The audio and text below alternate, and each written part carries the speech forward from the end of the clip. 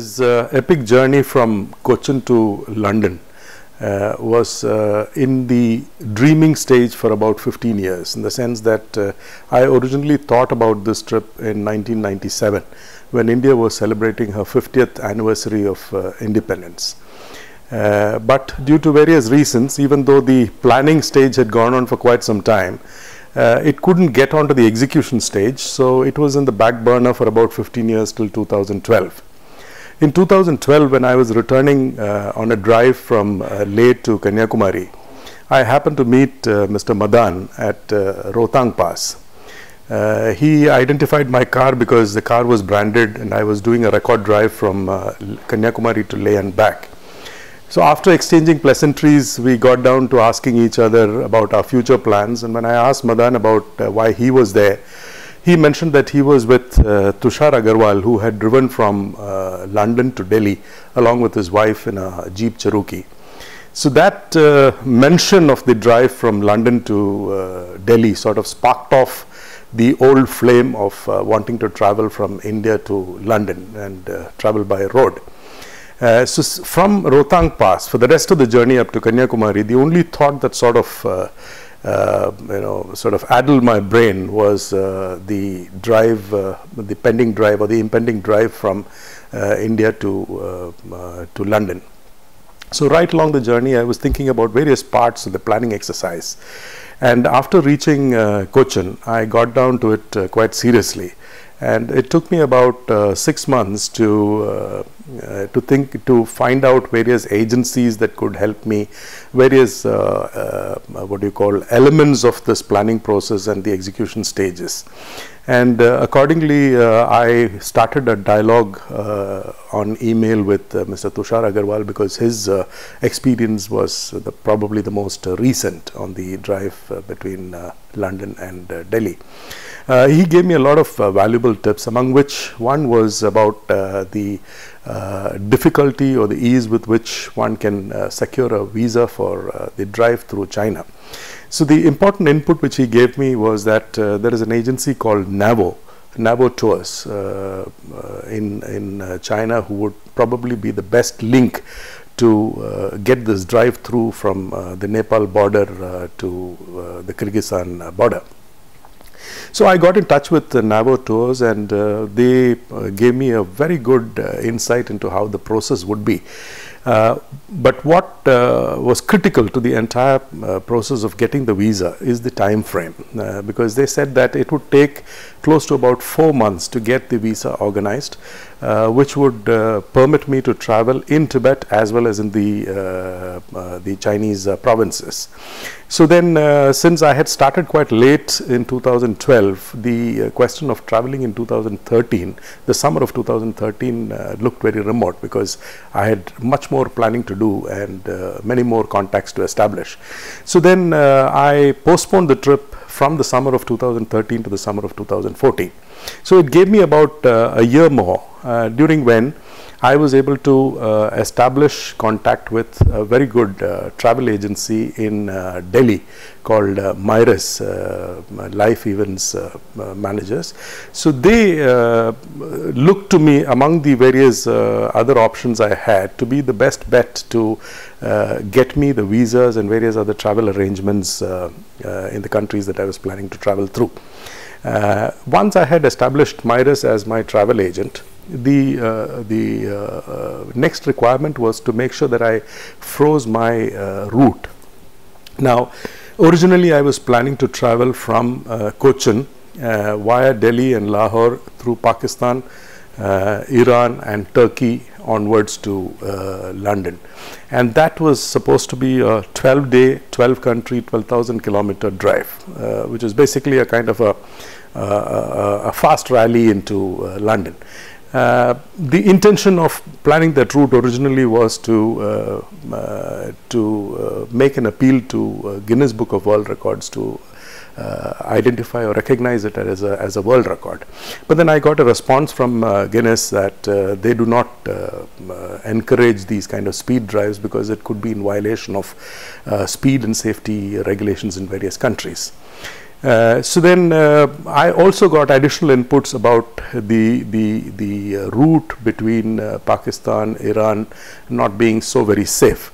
So then I looked for alternative routes, and then the one which fitted my bill was the route via China, and even through China. We had alternatives of either getting into the Central Asian countries of Tajikistan and Turkmenistan, but I opted to go via Kyrgyzstan, Kazakhstan, and then move via Russia into Ukraine. So that was the original plan. But then sometime in January of this year, the problem in Ukraine really flared up, and then I was advised that I should drop the idea of exiting Russia via Ukraine. So then I redid the plan and then moved from Russia into Estonia. That was the plan. And then finally, when we finally got down to traveling, instead of moving from Russia into Estonia, we moved to Finland from Russia. So these kind of route plannings can change even while you are traveling, but by and large we had a route established from India to Nepal to China, Kyrgyzstan, Kazakhstan, Russia, Estonia, and then travel to Finland, Latvia, Lithuania, move through Czech Republic, and then travel through Europe and get into UK. And that was the what you call the primary route established. Then came the issue of visas. So then I had a very close interaction with Myris, our travel agent in Delhi, and we decided on a kind of a schedule, because once you had 4 months fixed for the Chinese visa, we had to decide on the number of visas we had to get for the rest of the travel.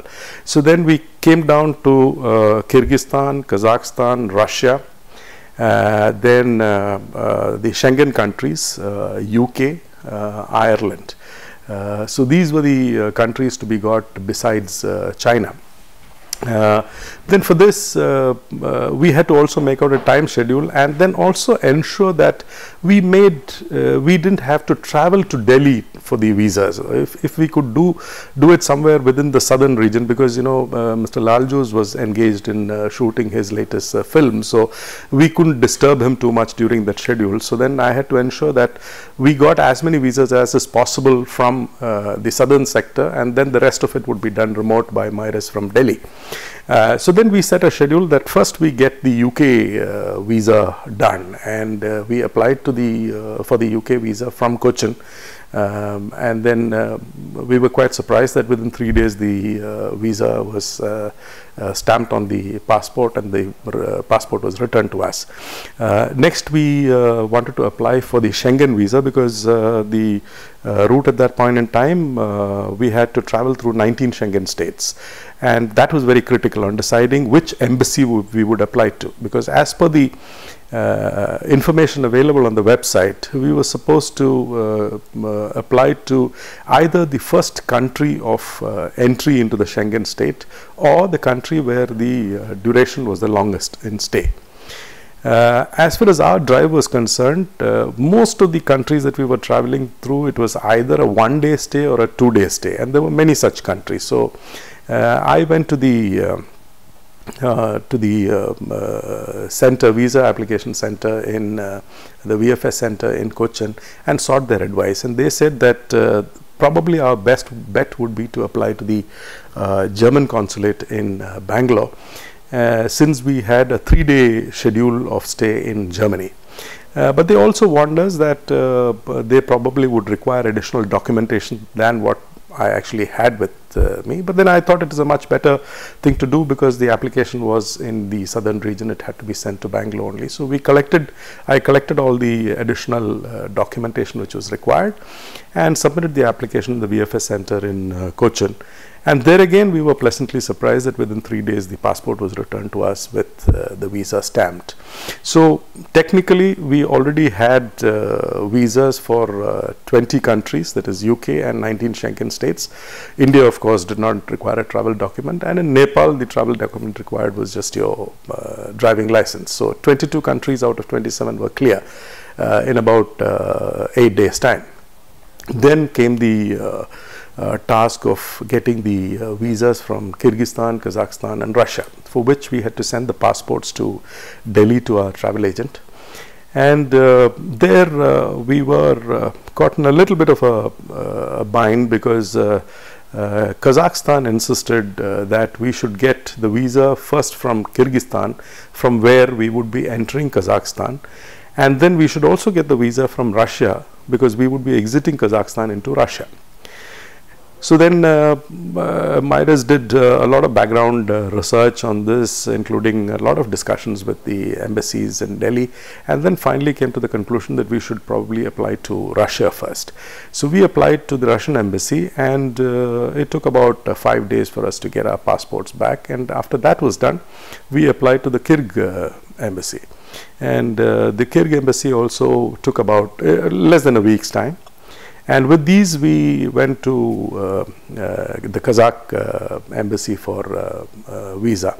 By the time we got to the Kazakh embassy, we had just about 8 days left to start our journey. So it was very critical that we should get it back within 3 days, get the passports couriered to us, so that we could travel with these documents to Nepal. In the meanwhile, what had happened is that the Chinese embassy had indicated to Midas that instead of issuing the visa from Delhi, they would be issuing the Chinese visa from Kathmandu in Nepal. So technically, we would be starting our journey and getting into another country without having the travel documents to enter China. But then they assured us that there would be no glitch on this, and we would have to probably spend a couple of days extra in Kathmandu for the visa. So on that basis, it was critical that we got the Kazakh visa in our hands in time. So we applied there on the 8th of July, if I'm not mistaken, and then we expected it back around the 10th or 11th, because they had said in 72 hours they would make the visa available to us. But finally, when it was presented, they stamped on it saying that they'll take 1 week to hand over the visa, which put us in a kind of a bind. So then I sort of authorized Midas, our travel agent, to do what it would take to fast track the application and get the application done. So then there were certain wires pulled, and then the visa was stamped on the passport around the 13th, and on the 14th evening the passports came back to us in Cochin. So it was just 2 days before our departure from Cochin that we had all the visas stamped and returned to us. So on the 16th of June we started our journey from Cochin. It was a very grand farewell. People from all walks of life, particularly the film industry, friends, family, they were all there in very large number at the Crown Plaza to see us off. And at the start, I was sure that with the kind of goodwill that we were carrying with us, we would have a smooth sailing right through the 75-day trip that we had planned. So we got through to Nepal without too much of a hassle, and then we waited in Kathmandu for 5 days to get our visa for China. Now the Chinese visa is a very interesting document, in the sense that there is nothing on the passport. They give you what is called a group visa for a group to travel by road from the border of Nepal to the exit of China. So this is it is a A4 size sheet on which certain things are written in Chinese which you don't know what they are, but then they give you 2 copies of it, and that is to be presented at the entry point in China as well as at the exit point of China. And another feature of travel through China is that it is mandatory to go through a government approved tour agency who will also add on a guide as part of the trip on your schedule. So when we got to, once the travel document from China was received and we got to the Friendship Bridge of Nepal, we established contact with the guide that was designated for us in China. And the travel through China finally was a 5,200 kilometer route spanning 14 nights and 15 days, and the guide was supposed to be with us all through the trip. And I must say that because of the presence of the guide, we didn't have any problems of communication. We didn't have problems of finding accommodation that suited our requirement, as well as even finding the right kind of food to eat, because the research which I had done prior to, at the time of planning for this trip, had indicated that we would have serious problems of finding proper accommodation and getting the right kind of food to eat. In fact, many people had written about the lack of proper toilets en route. So I had even imported a chemical toilet from the US to take care to be part of our kit during the journey. Apart from that, we were carrying 2 huge oxygen cylinders, because many people said that the air being so rarefied, people could find it difficult to breathe. Then we were also told that extra fuel cans would be a better precaution, because many places don't have the proper kind of fuel. But all these things were, they were unnecessary apprehensions, because the guide made sure that we could stay in the kind of accommodation that we wanted to. And they were fairly inexpensive. And the second part of it is that if you're not very finicky about the kind of foods that you eat, you can sample some extremely tasty local cuisine, and which is what we did. In fact, all 3 of us were so keen on making sure that we ate what was locally available, that we really enjoyed what we ate. And the third, yes, hygiene in toilets while you are traveling en route could be a problem, but that also was not an insurmountable problem as it was made out to be on many of the research sites. But we had a fascinating 14-day travel through China. Particularly the travel through Tibet is an unforgettable experience. The landscape, the people, their customs, their traditions, their dresses, the food. So we had a wonderful time, and I would say much of it was due to the presence of the guide, who was truly marvelous, and then gave us a flavor of the history of the place, the culture, and took us through the paces, told us what to do and what not to do. One of the very interesting things which we were asked to follow on the road. By the way, China was the first country where we were driving the right-hand side, right-hand drive vehicle on the right side of the road. So it was not a very difficult transition, because we had the guide to tell us if we were going wrong. She would immediately point out and say, you're not driving the right on the right side of the road. And then many of these do's and don'ts on the road. For instance, one of the things is that many places have speed restrictions, but that is not depicted on the as a road sign by the side of the road. When we drive, you have to go and report to various police checkposts. So at the police checkpost, we would be told that the next 100 kilometers you can cover only in 150 minutes. So that is the kind of speed restriction which we had. So you could drive fast in between, but then you couldn't enter the next checkpost within that specified time. If you did, the fines would be pretty heavy. So therefore, we found, we made sure our guide also guided us in such a manner that we did not drive fast and then had to go and wait short of the next police checkpost. So we did. We were taken through our paces very well by the guide. And another very interesting thing is that when you buy fuel in Tibet, it's not free to just go and drop into a fuel station and then ask for fuel and be filled up. You have to actually be registered at the fuel station, and for that you need to have your driving license. It is registered through the driving license or the registration of the local registration of the vehicle. So right through up to a place called Shigatse, it had to be done through the driving license of our guide, because our driving license was not valid in China. In Shigatse, one has to report to an RTO, Road Transport Authority agency, where they do a test of the car as well as conduct a test of your driving abilities, and then give you a temporary driving license as well as a temporary license plate for the car. So with that, you could travel within China and also be eligible for fueling in the fuel stations in Tibet. So that said, our travel through China was much better than what we had anticipated. Then through Kyrgyzstan, Kazakhstan, we came into Russia, and Russia is one place where we found a little bit of difficulty in entry and exit, in the sense that when I presented my passport for the visa verification, the lady at the counter discovered that the Delhi embassy of Russia had made a mistake in the passport, in my passport number, while stamping it on the visa.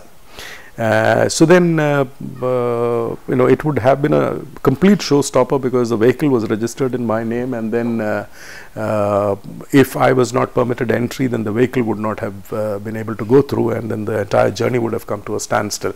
But however, the lady had the good sense to contact her seniors, and after a few hours, it took us about 3.5 hours at the border post of Russia, she got the matter cleared up, and then we were permitted entry into Russia. But that was certainly very, very anxious 3.5 hours, because it was a matter of whether the journey would go forward, or we would have to retreat from there in some manner back to India. Well, the journey in Russia for about a week and slightly more went on, and then we got to the exit point of Russia. And at the exit point, the same thing happened, because the lady at the immigration counter discovered that the visa was deficient. So then again, we had to wait for about 2.5 hours, and then get the entire matter cleared up with their higher officials. But in the end, everything went off smoothly, and then we entered the Schengen state through Finland. And since then, there was absolutely no issues as far as the visa border controls were concerned, and everything was done very smoothly, except in Norway, where when we entered, we had to take a breathalyzer test, and the breathalyzer test came out quite clean, so we had no problems. And even getting into UK and Ireland was absolutely no issue, so the visas have gone through quite well. As far as experiences on the journeys are concerned, the biggest experience has been meeting some fabulous people all along the way. Everywhere, right from Nepal, in places like Bangalore, Hyderabad, Jhansi, through to Nepal, China, Kyrgyzstan, we met a fabulous set of people. In fact, it is those interactions and those experiences which are the takeaways in this journey. In fact, I would like to recount just two of these instances. One is when we were leaving the Tibetan region. We were having lunch in a restaurant, and after the lunch, when we came out, we found a middle-aged gentleman looking at us, and then he bent reverentially and then did a namaste, and we also wished him back. Then after that, we went around and took a few photographs and things like that. And then as we were getting into the car to leave from there, this gentleman came with a white prayer flag, and then tied it around in the front of our vehicle, and bade us farewell and prayed for us before we left. I mean, that was a remarkable spontaneous action of generating goodwill, because the tagline of our Recod drive is that goodwill knows no boundaries, and here was a clear case of an absolute stranger coming forward and wishing us well on a journey which he probably knew very little about. The second instance was in St. Petersburg, where we were into a car park to go into one of the gardens. As we had parked there, we found a gentleman walking past our car and showing some interest in the branding of the car. So then we explained to him the journey, and then gave him a copy of the bookmark that we were carrying. But then after we had done that, we knew that the gentleman knew very little English, and the language which he was speaking to us, we were not very familiar, which was Russian. But then there were a lot of smiles exchanged, and he was very happy to meet with us. We shook hands, and then we left for the garden, paying the entrance charge. And after spending a couple of hours, we came back to the car, and as we were entering the car park, the attendant at the car park stood up with a plastic bag, and then said that a gentleman had come and given it to him, and said that whoever comes to that particular car, this plastic bag should be handed over to them. So then I took the plastic bag, opened it, and found that it was a leather, local leather hat on which was written St. Petersburg, Russia, summer of 2014. Welcome back to Russia anytime. Again, another fantastic show of goodwill. A person who we knew nothing about, and I'm sure he did not understand what we told him all about was, but it was just the smiles, it was the handshakes which established that kind of a goodwill between people from very, very different parts of the world, different spheres of the world, a different continent altogether. So these kind of instances sort of reinforce the fact that goodwill actually knows no boundaries. So this has been the takeaway, and I thank the wonderful lot of people, Malayalis, Indians, locals, who have helped us, who have prayed for us, who have hosted us all along the way, and whose motivation and encouragement has been the sole reason why we have reached this far. And another 3 days' time, we expect to complete our journey in London on the 29th of August. Thank you.